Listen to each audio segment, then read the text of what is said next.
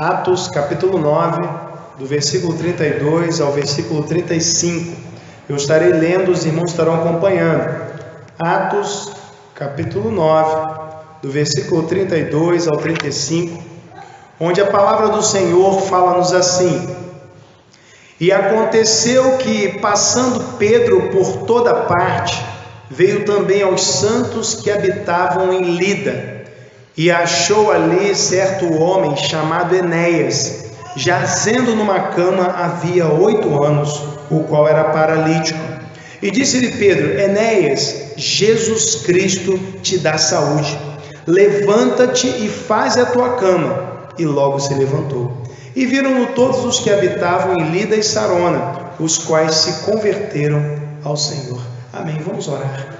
Senhor, nós te louvamos, te rendemos graças, ó Deus, pela tua santa palavra, pois ela fala aos nossos corações de forma profunda, ó Deus, e por conta disso, Pai, reconhecemos, ó Deus, que o Senhor já falou conosco, ó Pai, mas também, Pai, entendemos a necessidade, ó Deus, de nos aprofundarmos, de compreendermos, ó Pai, a partir da interpretação, da exposição da Sagrada Escritura, ó Deus, os princípios eternos que o Senhor revelou. Por isso, ó Pai, eu peço a Ti que Tu nos guies, ó Deus, a fim de que possamos alcançar esse objetivo, Pai, visando a honra e a glória do Teu santo nome, para que, ó Deus, venhamos a refletir, Pai, mas também praticar aquilo que o Senhor nos falar. Ó Deus, é o que eu te peço e desde já te agradeço em nome de Jesus. Amém. Você pode se assentar. Irmãos, eu não sei quantos dos irmãos já se depararam com algumas criancinhas que rodeiam aí a nossa igreja em alguns momentos, e elas perguntaram, eu não sei se os irmãos já ouviram essa pergunta: tem igreja hoje? Já ouviram essa pergunta aí? Aí sempre alguém fala assim: não, a igreja está aí e tal. Mas se a gente pensar bem, irmãos, a pergunta delas tem algum sentido, né? Faz sentido. Veja, elas não estão reconhecendo o templo, o prédio como igreja, mas a reunião como igreja. Olha que interessante, né? Elas nem têm essa dimensão, né? Mas é isso que elas estão fazendo. Quando elas perguntam, tem igreja? Elas estão perguntando se haverá uma atividade da igreja reunida no dia de hoje. É isso que elas estão perguntando, né? Elas nem pararam para refletir sobre isso, mas elas querem dizer exatamente isso. Hoje a igreja vai se reunir, né? É isso que elas estão perguntando. E olha que interessante, né? Que às vezes nós, mais velhos, temos dificuldade, às vezes, de chegar a essa compreensão. Mas as crianças já entendem, desde novas, né? Olha, tem igreja, né? A gente às vezes critica. Igreja tem todo dia, o que é isso? Tá aí, né? Mas, o Cristian está até rindo lá. Então, mas o que a gente precisa refletir, irmãos, é a respeito da identidade da igreja. Como já falamos inúmeras vezes, né, e a gente já enfatizou isso, houve um ano inclusive que o tema da nossa igreja era ultrapassando os limites do templo. Nós precisamos ter essa noção exata de que o prédio no qual nós nos reunimos não é a igreja, mas a igreja são as pessoas. Mas mesmo dentre a reunião de pessoas reconhecida como igreja, podem existir pessoas que não são igreja. É possível, porque o rol de membros, uma relação nominal de membros por escrito, não garante a eternidade para ninguém, não garante a eternidade no céu, né? Na verdade, nós adentraremos a morada celeste somente por causa de Jesus Cristo. Então, ser igreja é mais do que pertencer a uma comunidade local na sua estrutura organizacional, é mais do que exercer funções nessa comunidade, porque como nós também sabemos, irmãos, a igreja de Cristo, ela ultrapassa os limites da nossa igreja local, sem dúvida alguma. A igreja de Cristo é universal e é do reino de Deus, mas não confunda, né, com uma marca que tem esse nome aí, né? Não confunda com isso. A igreja de Cristo ela é universal porque é composta de pessoas de todo o mundo, em todos os tempos. Mas ela é do reino de Deus, porque há um rei, um único rei, o Todo-Poderoso. Mas como nós podemos identificar essa igreja, a igreja verdadeira? Afinal, como afirmamos, é possível que numa reunião visível, uma reunião local, reconhecida como igreja, haja quem não seja igreja. Como então nós podemos reconhecer a igreja verdadeira? E é exatamente sobre isso que eu quero falar com os irmãos nessa manhã. A igreja verdadeira. E nós vamos apontar algumas características, irmãos, há várias características que poderíamos elencar, mas nós vamos apontar, à luz do texto que nós lemos, algumas características da igreja verdadeira. E a primeira característica que eu quero destacar, irmãos, é que a igreja verdadeira é composta de santos. Irmãos, vejam, nós estamos mais habituados a falar sobre as viagens de Paulo, né? Nós falamos muito sobre as viagens de Paulo, mas isso não significa que os outros apóstolos não viajaram, né? Não significa. Nesse texto, por exemplo, nós vemos as viagens de Pedro, vemos Pedro viajando. Veja, o texto diz no versículo 32 o seguinte: aconteceu que passando Pedro por toda parte, ele estava viajando, ele estava em viagem. Irmãos, pouco sabemos sobre essas viagens. Na verdade, sabemos o que Lucas registra e o comentário que Paulo faz em 1 Coríntios 9, versículo 5, quando diz que Pedro carregava consigo a sua esposa, né? Mas pouco sabemos a esse respeito. Mas a verdade é que Pedro também viajou, porém, o foco das viagens de Pedro não estava na evangelização dos gentios. Por exemplo, Pedro, na verdade, ele viajou com um propósito maior de confirmar a fé dos cristãos que haviam sido evangelizados nessa região, na região de Lida. E é interessante, irmãos, que a gente pergunta: quem evangelizou esse pessoal então? É a primeira vez que Pedro vai ali naquele local. Quem evangelizou essa turma?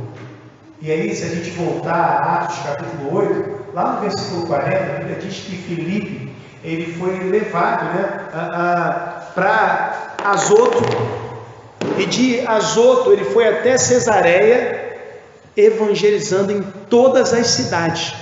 Irmãos, a estrada de Azoto para Cesareia tinha no seu caminho a cidade de Lida. Então, quem evangelizou, quem organizou aquela igreja foi Filipe. E agora Pedro vai confirmar a fé daquelas pessoas. Pedro, ele vai ao encontro daquelas pessoas e o texto diz, e Lucas destaca, identifica aquelas pessoas como santos. Veja, veio também aos santos que habitavam em Lida.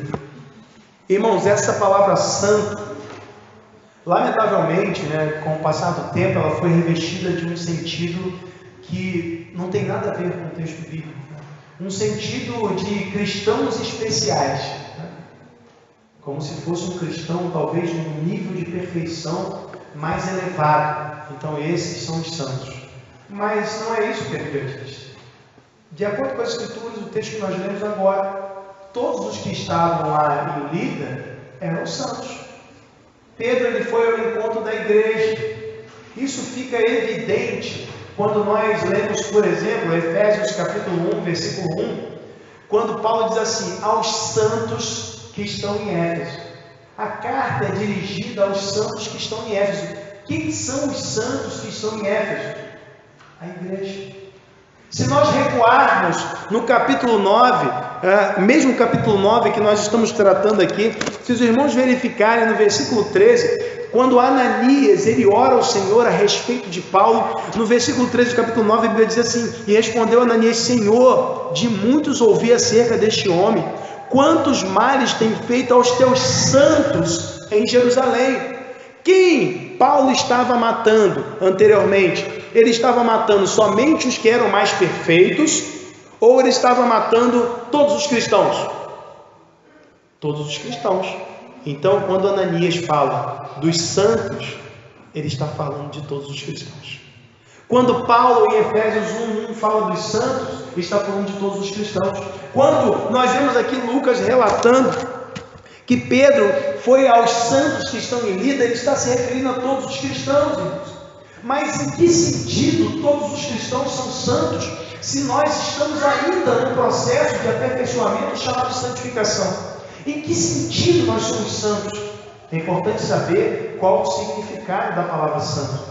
Isso aí todo mundo sabe, né? Desde a escola dominical lá do princípio, né? Desde a classe de catecúmeno, todo mundo já sabe o que significa a palavra santo. Né? Todo mundo sabe, né? O que significa santo? Separado, né? Isso aí, né? Todo mundo sabe. Como diriam alguns, né? Até a torcida do Flamengo. Todo mundo sabe. Santo significa separado. Bom, mas separado de quê? Separado para quê ou para quem? Essa é a questão. Quando nós nos rendemos aos pés de Cristo, irmãos, nós podemos afirmar que nós fomos separados. Agora, como filhos de Deus, fomos separados da multidão que caminha para o inferno. Agora, para um relacionamento diferente, para uma posição especial em relação a Deus. Podemos afirmar isso? Podemos, né? Fomos separados. A Bíblia diz, inclusive, o próprio Jesus afirmou isso, Atos capítulo 26, versículo 18, quando Paulo relata o encontro dele com Cristo no caminho de Damasco. Ele diz que Jesus falou que pela fé as pessoas são santificadas nele, pela fé. Em 1 Coríntios também, capítulo 1, versículo 2, também Paulo, se remetendo aos Coríntios, ele destaca aos santos santificados em Cristo. Então nós somos santificados, irmãos, porque nós nos unimos a Cristo, porque nós depositamos a nossa fé em Cristo. Então somos santos porque fomos separados para Deus, estamos numa relação especial com Deus. Somos santos porque Jesus Cristo é santo, e ao nos unirmos a Ele, a santidade dele também é atribuída a nós. Nós somos santos, né? Não no sentido de sermos perfeitos, mas no sentido de estarmos nessa relação especial com Deus, sermos separados. Nesse sentido nós somos santos, mas isso não significa que nós não pecamos. Irmãos, quando nós nos convertemos, a nossa natureza pecaminosa, ela não foi eliminada. Que isso, pastor? Não foi. Ela foi subjugada. É diferente. Mas nós ainda somos pecadores. Estamos sendo libertos gradativamente do poder do pecado. Mas ainda, né? E o que significa isso, pastor? É o processo de santificação. A cada dia estamos nos santificando. Nós fomos libertos de uma vez por todas da condenação do pecado. Nenhuma condenação há para os que estão em Cristo Jesus. Romanos 8:1. Mas nós estamos a cada dia sendo libertos do poder do pecado. A natureza pecaminosa, ela ainda existe. Ela foi subjugada. Isso é ser uma nova criatura, é ter essa natureza subjugada. O Espírito Santo habita em nós, e como vimos no domingo passado, em Gálatas 5, né, a partir do versículo 16, nós vemos que há uma garantia, né, de que o Espírito ele vai prevalecer sobre a concupiscência. O Espírito prevalece, né? Andar em Espírito, continue andando em Espírito, e é certo que não cumprireis a concupiscência da carne. Ou seja, o Espírito vai nos domando, vai nos dominando, né? Vai nos vencendo, né? Então nós estamos nesse processo. Mas enfim, irmãos, daí nós concluímos o seguinte, que ser santo não é somente ser separado da Deus, mas estar também, né? Isso vai ser uma consequência natural. Se eu sou santo, eu vou estar a cada dia me separando para Deus. Deus já agiu nos separando para Ele. Agora, irmãos, eu e você precisamos agir nos separando a cada dia para Ele. Nós precisamos, dia após dia, lutar pela santidade. Se somos santos, devemos estar na luta pela santidade. Não há quem seja a igreja de verdade que não esteja na luta pela santidade, que se acomodou ao pecado. Irmãos, se o pecado não nos incomoda mais, precisamos refletir. Se somos cristãos, igreja verdadeira, o pecado deve nos incomodar.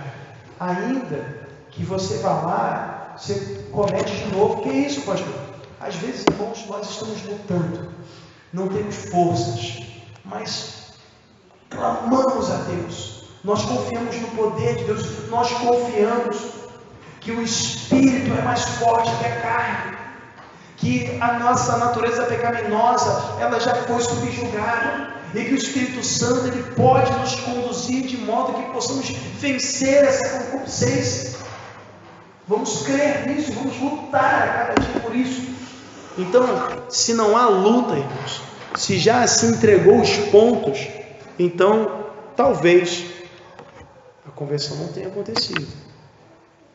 É importante refletirmos sobre isso. Devemos estar nessa luta constante. A nossa luta, irmãos, ela é a luta pela santidade. Não é a luta contra pessoas, né? Nós não estamos lutando contra pessoas. A gente não está tentando ser melhor do que os outros, né? Buscar ser santo não é buscar ser melhor do que os outros, mas é entender o quão ruins nós somos e o quanto precisamos melhorar, né? Então, entender isso, né? E entender que o nosso amor a Deus deve nos levar nesse sentido naturalmente. Se amamos a Deus, devemos buscar a santidade, até porque, irmãos, essa é a ordem de Deus para nós. É a vontade de Deus, inclusive. Paulo disse em 1 Tessalonicenses 4, versículo 3, diz assim: esta é a vontade de Deus, a vossa santificação, que vos abstenhais da prostituição. Então, irmãos, a vontade de Deus é que nós nos santifiquemos, que nós nos abstenhamos daquilo que claramente é pecado, irmãos. Porque ser igreja, né, não é, ou ser santo, né, como a gente vê que a Bíblia se refere à igreja como santos, não é apenas andar direitinho, né? Alguém que andou direitinho, aí agora não, vamos batizar porque andou direitinho, né? E depois, irmãos, já vi várias vezes, né? Durante o período em que as pessoas aguardam o batismo, e é interessante, o meu pastor, lá no Rio, ele já falava isso para mim. Eu estava na classe de catecúmenos, ele falou assim: poxa, é lamentável que durante o período que as pessoas aguardam o batismo, meu irmão, não falta uma escola dominical. Depois que é batizado, nunca mais volta para beber, ou então fica vindo salteado. Mas isso é uma realidade. Não é só cumprir um requisito, não é só andar direitinho para se batizar. Não, o crente é até alguém que quer andar direitinho, mas não é porque ele quer se batizar, porque ele quer exercer um cargo, porque ele quer fazer qualquer outra coisa. É alguém que quer fazer isso porque ele ama a Deus, ele ama o seu Senhor, e só por isso isso já é motivo suficiente. A segunda coisa, irmãos, que quero destacar sobre a igreja verdadeira é que, além de ser composta de santos, por santos, a igreja verdadeira se compadece de quem sofre. Veja, seguindo no texto, o texto diz que Pedro achou ali certo homem. Veja, ele achou, ele não foi para Lida com o propósito de realizar curas. Ele não foi para lá com essa intenção, não foi buscando isso.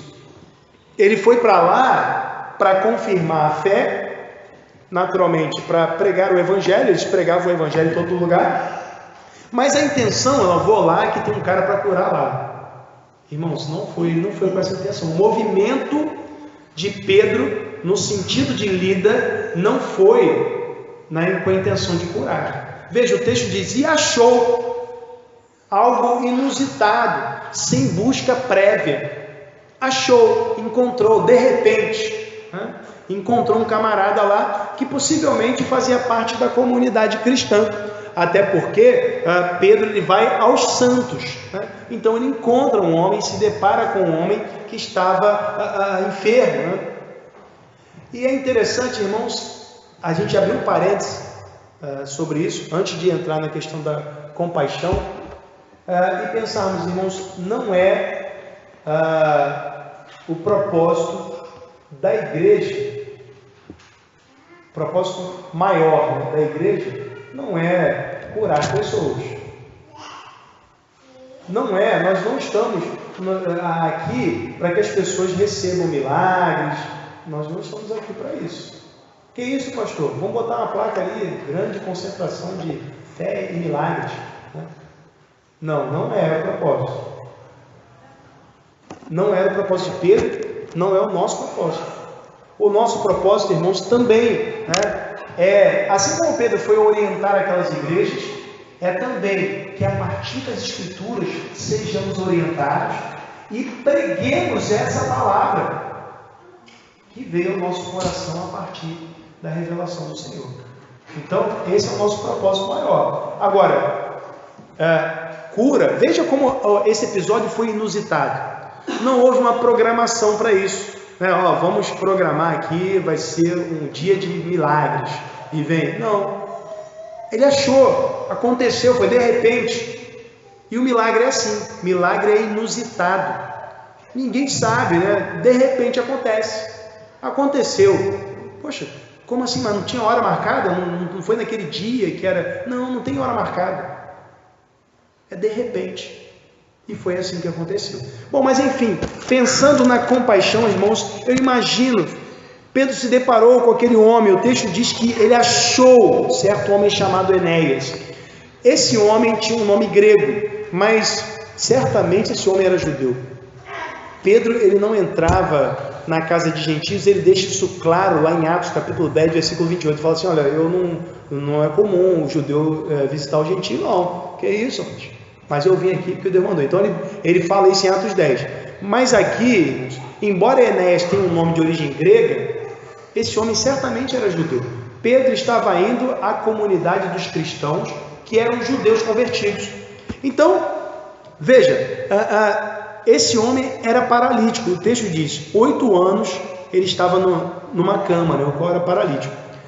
Irmãos, alguns comentaristas entendem que poderia ser traduzido aqui, a expressão poderia ser traduzida como ele era paralítico desde os 8 anos.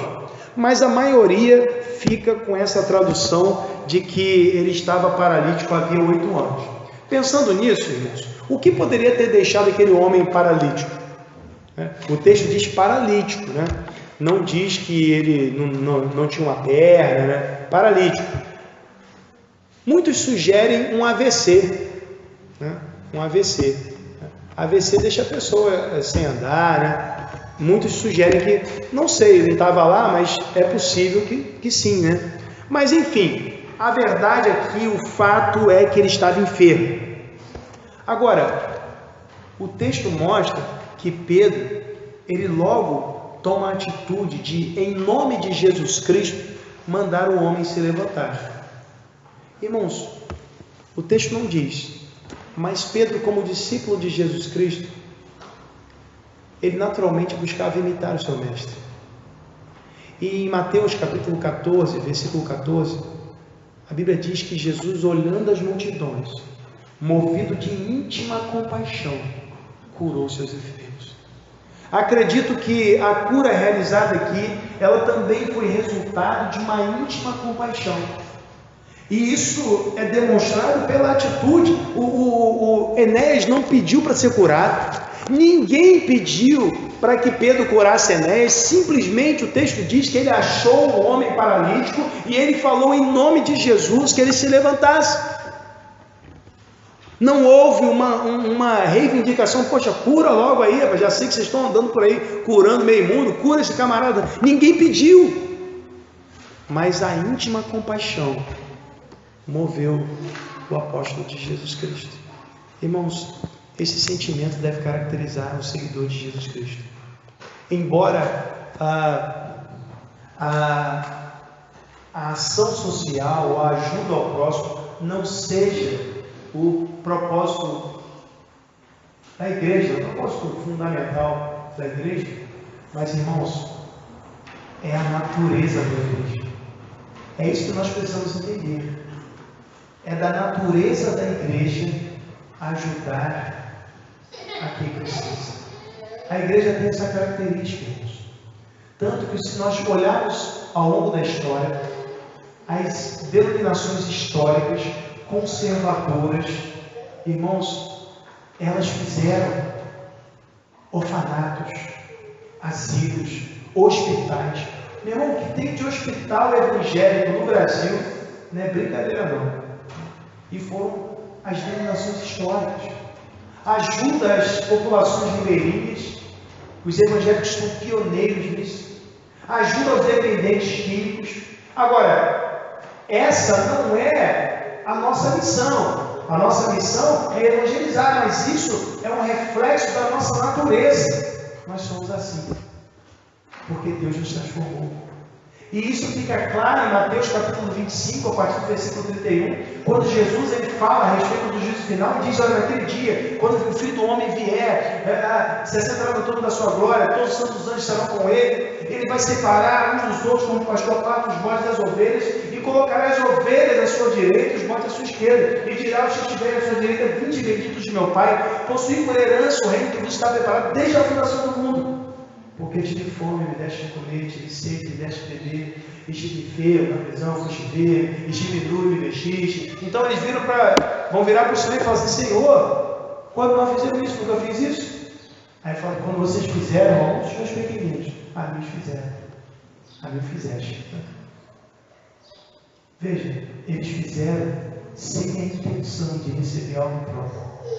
Fizeram simplesmente porque eram ovelhas. Os outros não fizeram porque não eram ovelha. A ovelha naturalmente faz essas coisas. Não é a missão. A missão da igreja é fazer ação social. Não é. Mas a igreja faz. Porque é da natureza da igreja. A missão da igreja é proclamar o Evangelho. Logo, qualquer trabalho social está subordinado à evangelização. Então, veja, a igreja verdadeira, irmãos, ela se importa com todos. A Bíblia diz em Gálatas 6:10 que nós devemos fazer o bem a todos, mas principalmente aos domésticos da fé. Se nós não podemos ajudar todo mundo, não temos condições, que ajudemos pelo menos os domésticos da fé, prioritariamente. Então, ajudar o outro é natural, a igreja faz isso, costuma. Então, se compadecer de quem sofre é uma característica da igreja, Bom, mas para ajudar, irmãos, não precisa a pessoa pedir, como nós vemos no texto aqui. Enéas não pediu, ninguém pediu, mas Pedro ajudou, porque ele viu a necessidade. Basta que nós contemplemos a necessidade, e assim, essa íntima compaixão que moveu o coração de Jesus, o coração de Pedro, deve nos mover também no sentido do outro, porque a ação social é toda ação no sentido do outro, então deve nos mover a ajudar. Terceira coisa, irmãos, quero destacar a respeito da igreja verdadeira, que a igreja verdadeira depende de Jesus Cristo. Perceba, irmãos, que na fala de Pedro, por ocasião da realização do milagre, o Pedro diz: Enéas, Jesus Cristo te dá saúde, não eu. Jesus Cristo te dá saúde. Pedro está dizendo assim: olha, eu estou dizendo agora, seja curado, eu te abençoo em nome de Jesus, sei lá, como alguns dizem por aí. Irmãos, Pedro está dizendo: olha, Jesus Cristo é quem vai te curar, meu irmão, não sou eu não tenho poder. Veja, ele destaca: levanta-te e faz a tua cama, e logo se levantou. Isso torna evidente que Enéas partilhava a mesma fé de Pedro. Por quê? Ele se levantou de imediato. Pedro disse: olha, arruma a tua cama. O que significa isso? No texto grego, a ideia é que ele deveria enrolar a cama, porque ele não ia mais precisar daquilo. Enrola aí essa cama na qual você está deitado, esse colchonete, enrola esse negócio aí, e você não vai mais usar isso, porque Jesus Cristo te dá saúde. Agora levanta. E ele levantou. Ele era um cristão, porque Pedro menciona Jesus Cristo, e ele atende, crendo que Cristo realmente poderia realizar aquilo.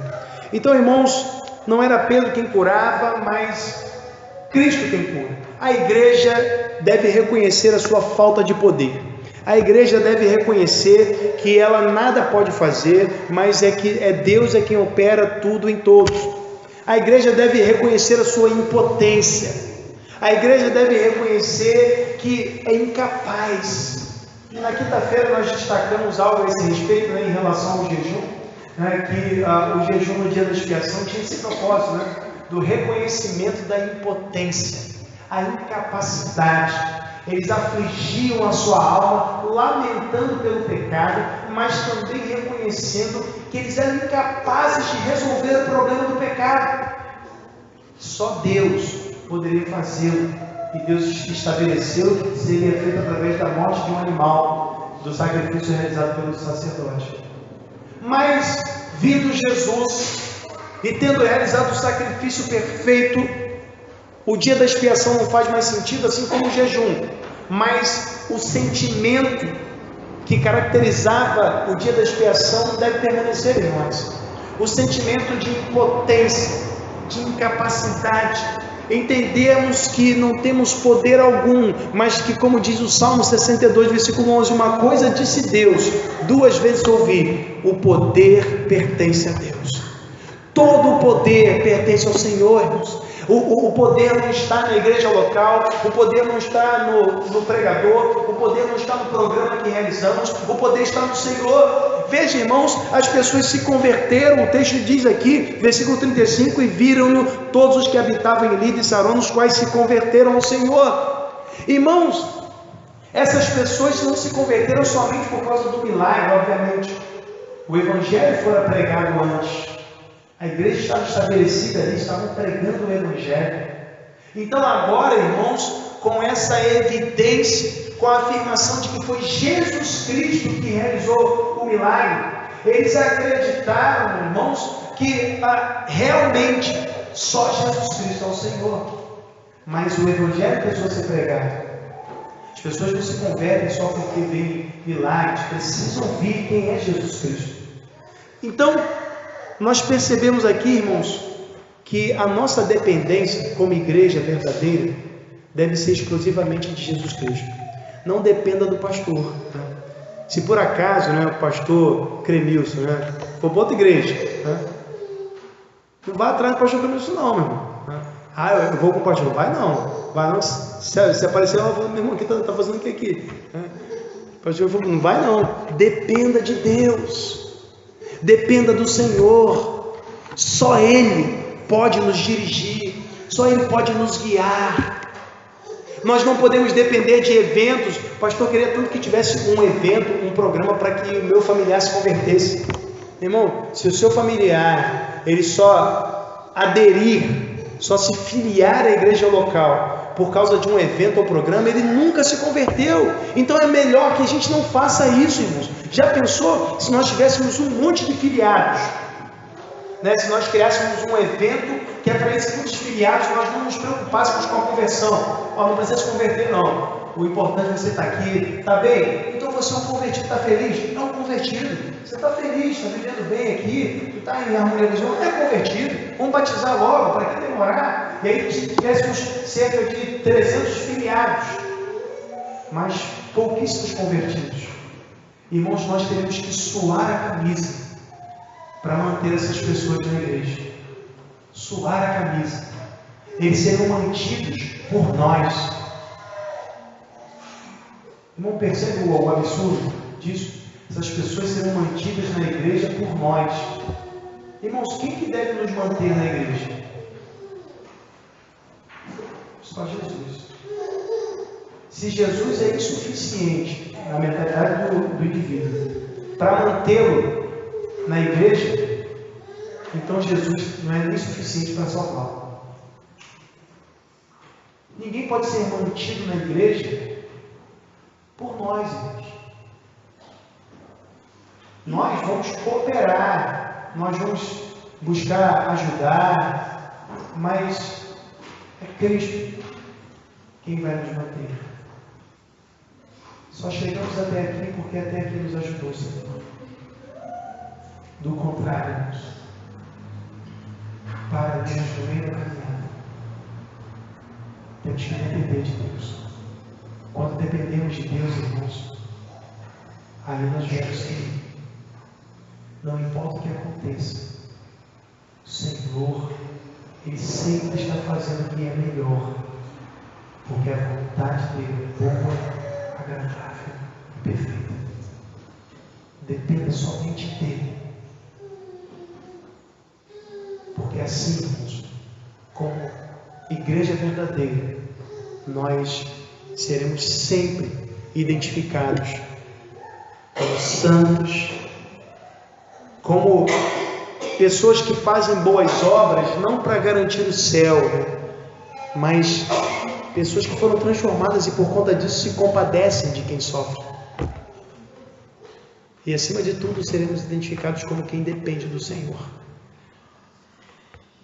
Então, como igreja verdadeira, sigamos fazendo a vontade do nosso Deus. Vamos orar. Senhor, te damos graças, ó Deus, pelo privilégio, Pai, que tivemos de refletir sobre esse trecho da Sagrada Escritura, ó Deus, podendo, Pai,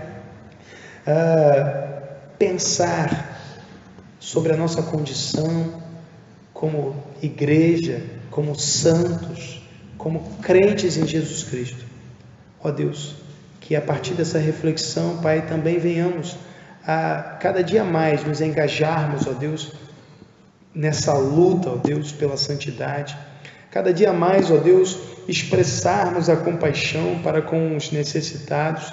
Cada dia mais, ó Deus, manifestarmos também a nossa dependência de Ti, reconhecendo, ó Deus, que toda boa dádiva provém do Senhor. Meu Deus, em nome de Jesus, continua a nos conduzir, que eu peço e agradeço. Amém.